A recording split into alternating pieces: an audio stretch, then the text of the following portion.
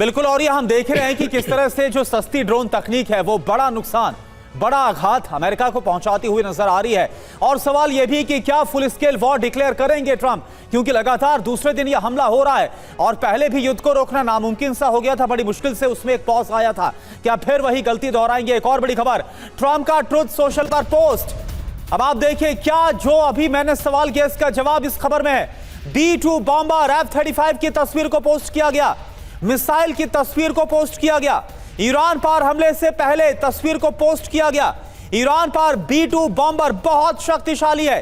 क्या तैयारी nuclear sites पर हमले की है? क्योंकि अगर न्यूक्लियर साइट्स को तबाह करना है तो बीते साल भी हमने देखा था B-2 बॉम्बर्स का इस्तेमाल किया गया था।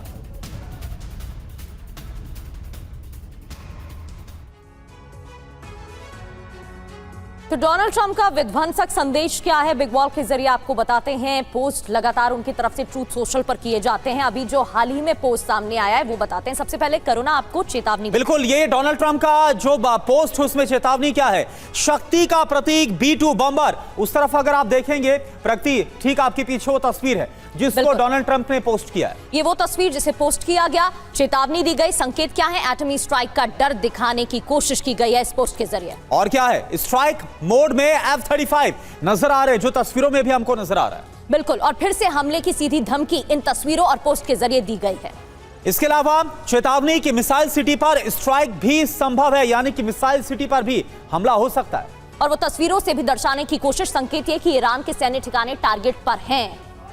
इसके अलावा हम तैयार हैं, तुम कमजोर हो, ये जो दिखाने की कोशिश है। हालांकि इसमें कोई नई बात नहीं है। डोनाल्ड ट्रंप अपने बयानों में भी कई बार ये बोल चुके हैं कि ईरान तो खत्म हो चुका है, ईरान की जो ताकत है वो शून्य हो गई। बिल्कुल, और वॉर में ऐसा होता भी है, साइकोलॉजिकल प्रेशर बनाने की कोशिश की जाती है, दुश्मन पर दबाव बनाने की कोशिश है, इसलिए ये पोस्ट। इसके अलावा डील करो वरना सर्वनाश होगा, यानी एक बार फिर से दबाव बनाने की कोशिश डोनाल्ड ट्रंप करते हुए नजर आ रहे हैं। यानी कि फिर से युद्ध की चेतावनी देने की कोशिश अमेरिका और अमेरिकी राष्ट्रपति की तरफ से की गई। और देखिए, इन सब के बीच एक बड़ी खबर आपको बताएं, यूएस ईरान युद्ध का शेयर बाजार पर असर पड़ा है। गिरावट के साथ खुला है शेयर बाजार। सेंसेक्स में भारी गिरावट है, 650 अंकों की गिरावट, करीब 150 अंक लुढ़का है निफ्टी, क्योंकि एक बार फिर से खतरा मंडरा रहा है। लगातार दूसरे दिन ऐसा हुआ है जब अमेरिकी हमले रुक नहीं रहे, ईरान की तरफ से हमले बढ़ा दिए गए। तो ईरान अमेरिका में हमलों के बीच तेल के दाम भी बढ़ गए हैं। इसको लेकर हमने चर्चा की शुरुआत भी की थी। कच्चे तेल की कीमत में 4% से ज्यादा का उछाल दर्ज किया गया है। $79 प्रति बैरल के पार पहुंचा है ब्रेंट क्रूड। हॉर्मुज में तनाव और तनाव के बाद तेल की कीमतों में इजाफा।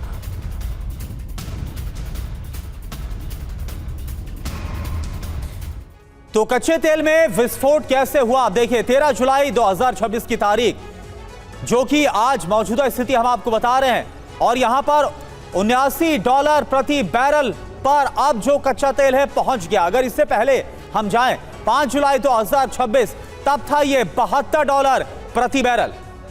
अब बड़ी बातें क्या है? यूएस ईरान हमलों से कच्चे तेल में 4% की तेजी देखने को मिली है। 24 घंटे से स्ट्रेट ऑफ हॉर्मुज बंद है और इसी का असर है कीमत $100 के ऊपर, तो ग्लोबल हाहाकार भी देखने को मिला। इधर पेट्रोल डीजल और महंगा हो सकता है, इसके जो पूरे आसार हैं वो साफ तौर पर नजर आ रहे हैं। बीते 24 घंटे में सिर्फ 13 जहाज हॉर्मुज से गुजर पाए। और अब आपको बताते हैं ट्रंप के करीबी लिंडसे ग्राहम की मौत का रहस्य क्या है। और इससे जुड़ी बड़ी खबर आपको बताएं, अमेरिकी सेनेटर लिंडसे ग्राहम की मौत के बाद हड़कंप मच गया है। ट्रंप के बेहद करीबी सहयोगी थे लिंडसे ग्राहम। लिंडसे ग्राहम की मौत पर कई तरह के सवाल उठ रहे हैं। पुतिन के करीबी सलाहकार दुगिन का दावा, लिंडसे ग्राहम की मौत के पीछे मोसाद है, मोसाद को वजह बताया जा रहा है। तो क्या इजराइल है लिंडसे ग्राहम की मौत के पीछे? ऐसा क्यों हुआ? क्योंकि ईरान के टारगेट पर लिंडसे ग्राहम भी थे। इन सब के बीच क्या मोसाद की तरफ से सब कुछ किया गया ताकि सीधा उंगली ईरान पर उठे? तो लिंडसे ग्राहम की मौत पर पर्दाफाश हुआ है। क्या बातें सामने आ रही हैं? पुतिन के करीबी दुगिन ने दावा किया है लिंडसे ग्राहम की मौत के पीछे मोसाद है। बड़ी जानकारी, ग्राहम की मौत डोनाल्ड ट्रंप को इजराइल की चेतावनी। ग्राहम की मौत के बाद ट्रंप का अगला नंबर है। दुगिन का दावा क्या है? ग्राहम की मौत ट्रंप को एक बड़ा संदेश दे दिया गया है। और ट्रंप तो आपको पता ही है, काफी ज्यादा वैसे भी डरे हुए, अपना विमान तक बदल देते हैं, उनको लग रहा है कि ना जाने कब ईरान मार दे। तो ईरान से युद्ध जारी रखना चाहता है इजरायल। सवाल ये कि लिंडसे ग्राहम की मौत का राज क्या है? कीव से लौटते ही लिंडसे की मौत आखिर कैसे? क्या लिंडसे की मौत के पीछे मोसाद है, जैसा जो करीबी दुगिन है वो दावा कर रहे हैं? शक के घेरे में रूस और तेहरान दोनों क्यों हैं? तो यह अपने आप में एक बड़ा सवाल। इधर लिंडसे ग्राहम की मौत, दुनिया में चर्चा इसको लेकर क्यों हो रही है, यह भी आप जानिए।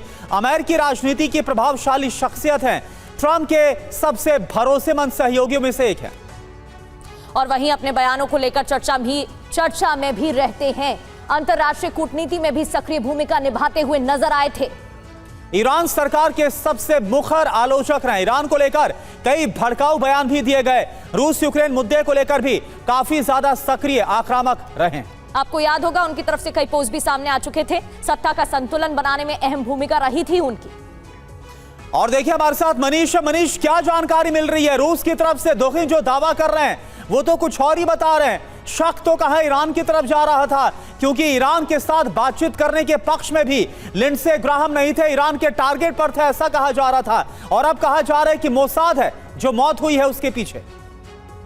देखिए, चूंकि लिंडसे ग्राहम विदेश से लौट कर आए और एक ही दिन के भीतर उनकी मौत हो गई, तो तमाम तरह के सवाल उठाए जा रहे हैं। हालांकि उनके ऑफिस ने डॉक्टरों के परीक्षण के बाद कहा कि मेडिकल रीजन से उनकी मौत हुई है। बाकी अलेक्जेंडर दुगिन चाहे जो भी कह रहे हो, लेकिन मैं ये सोच रहा हूँ कि जिंदा लिंडसे ग्राहम मोसाद के लिए, इजराइल के लिए ज़्यादा फायदेमंद थे बजाय कि उनके मौत के बाद। क्योंकि अगर आप देखें तो उस समय जब इजराइल के साथ कोई खड़ा नहीं होता है, तब भी लिंडसे ग्राहम पूरे जोर शोर से अपनी ताकत के साथ इजराइल के समर्थन में बोलते रहे। उन्होंने जो हमास में इजरायली कार्रवाई को सही बताया, लेबनान में इजरायली कार्रवाई को सही बताया, ईरान को इजराइल का सबसे बड़ा दुश्मन बताया, और ईरान के खिलाफ इजराइल के जंग को और अमेरिका के जंग को सही बताया।